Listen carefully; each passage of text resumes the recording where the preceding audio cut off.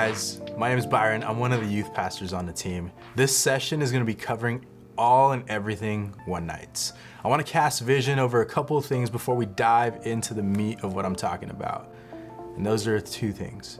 What is a one night and why do we do them? Here at ONE&ALL, we want to reach people who are far from God and bring them near.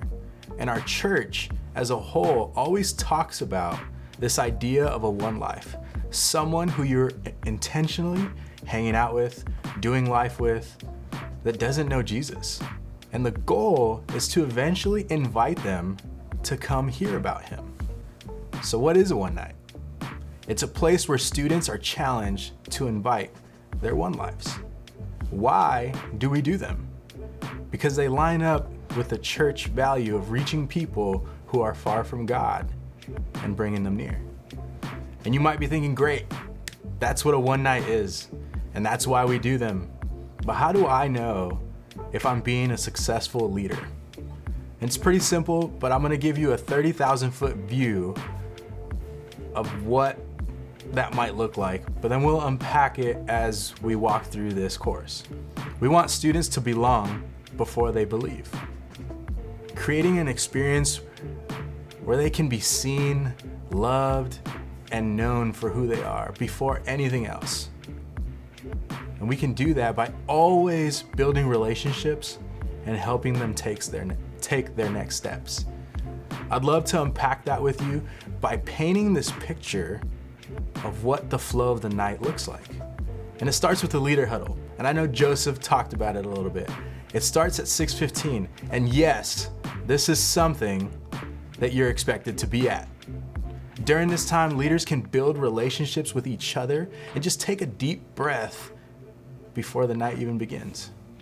We will also go over what the night's gonna look like. We're gonna pray for the night. We're gonna talk about special elements that particular one night might be having that will allow you to build relationships with students and help them take their next steps.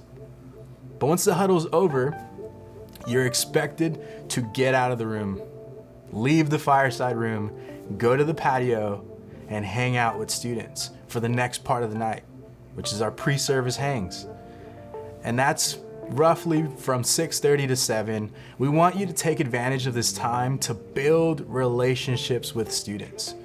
There's this thing called the 15-minute rule. Now, what is that? It's probably one of the most important parts of the night. During the 15 minutes before service, students are either arriving, being dropped off, figuring out just how they feel about stepping foot on our campus. During this time, a student is more likely to have a conversation about what they're going through in their lives because there's so much going on and all of the attention isn't directly focused on them. This is the perfect time to build relationships with students. During this time, challenge yourself to get to know their names. Meet some students that you've never met before and get to know a little bit about their story. And you might be thinking, how can I do that? It's awkward. I don't want to be that creep. But just know, everybody feels like that. And that students will never feel that from you if you ask them about themselves. Students want to talk about themselves. Something that's helped me is I like to ask them questions about something that I see on them. So for example, if a student is walking around with a skateboard, I'll walk up to them and just ask, man, how long have you been skating for? Do you know any fun tricks? What else do you like to do? Or I might walk up to a student that might be wearing a certain sports gear or some cool character from a movie and ask them about those things. Why are you wearing that? Is that your favorite thing? And the most important part is remember what they say. The last thing we want is for them to tell you something about themselves and for you to walk away and forget. This next part is gonna feel like you're herding cattle. You're moving a big group of students from one place to the next. Because that's exactly what we're doing. We're herding them into the worship center. We want to build this anticipation for the service. So about 5 minutes before the service begins, there's gonna be a countdown video to try to build hype. And yes, We want to get students to start lining up at those doors to get them excited for what's going on for that night. And you're a leader, so I want you to lead by example. I want you to be excited, not just go through the motions. Once the doors open, we go through this fist bump tunnel where students can feel seen and loved as they make their way into the worship center. And here's something that I'm gonna harp on a lot. Sit with students. Sit with them. The last thing students want is to walk into a room where students are sitting and all the adults are in the back of the room with their arms crossed. It gives this feeling of the principal watching over us, and that's not what we want. We want to build relationships. So sit with them. When worship starts, be a leader. Lead them in worship. You might not sing as great as Chris and Jamie do, but we still want you to lead them in worship. Get them excited that we don't have to worship, but that we get to worship. Jump around, be in front, set the tone for the night. We want them to be excited about worship. And then during the message, like I said, I'm gonna harp in on this, go sit with students.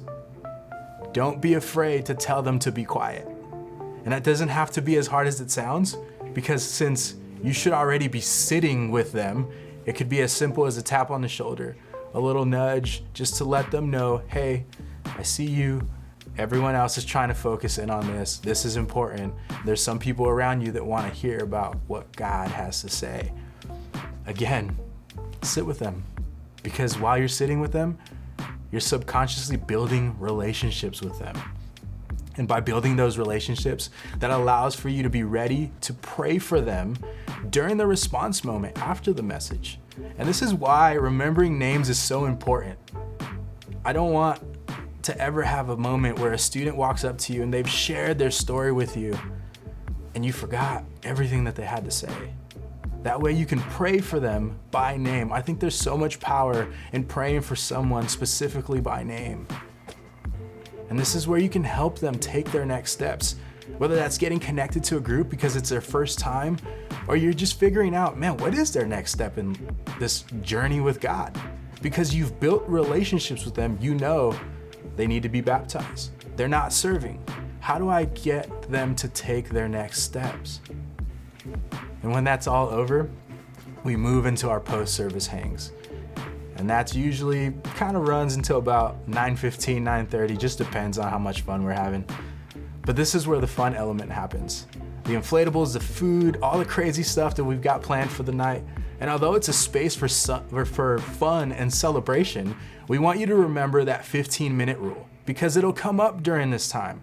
During the post-service hangs, students will open up about what's going on in their lives because nobody else is watching. All the fun is happening, and they might be able to just unpack what's actually going on in their lives. So again, during this time, challenge yourself to connect with students that you don't know. I know we're gonna be tempted and wanted to pull to people that we know, but I want you to be a leader. I want you to go find a student that may look lost, or maybe they look like they're alone, and make them feel welcomed, make them feel known, make them feel seen, and ultimately loved. Ask them about themselves. Remember their names, even if that means writing them down. An easy way to do this is let them know that you want to help them take their next steps. Take down their information. Get them plugged in. Share, exchange contact info, and that will get you to write down their names. Write down a fun fact about them. The way I like to do this is if I meet a kid named Joe, I'll write Joe, pink hair, skater dude, and I'll remember what he looks like. And it allows me to remember his name. But when a student opens up about themselves, know that that took courage. And sometimes it's scary to do that. So remember what they have to say. These are all just tangible ways that you can kind of look at what's going on that night. Maybe look at yourself as a leader and see that, man, I am being successful as a leader. I'm doing these things. Chances are, if you're already building relationships with students and helping them take their next steps, you're doing exactly what we want you to do. So if you forget everything that I've said during this class, just remember, help a student feel like they belong before they believe. Build relationships with them and remember their names.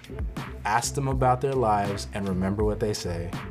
Help them take their next steps to looking like Jesus. Man, we love you guys and appreciate each and every one of you. One Nights couldn't be done without the help of all you guys.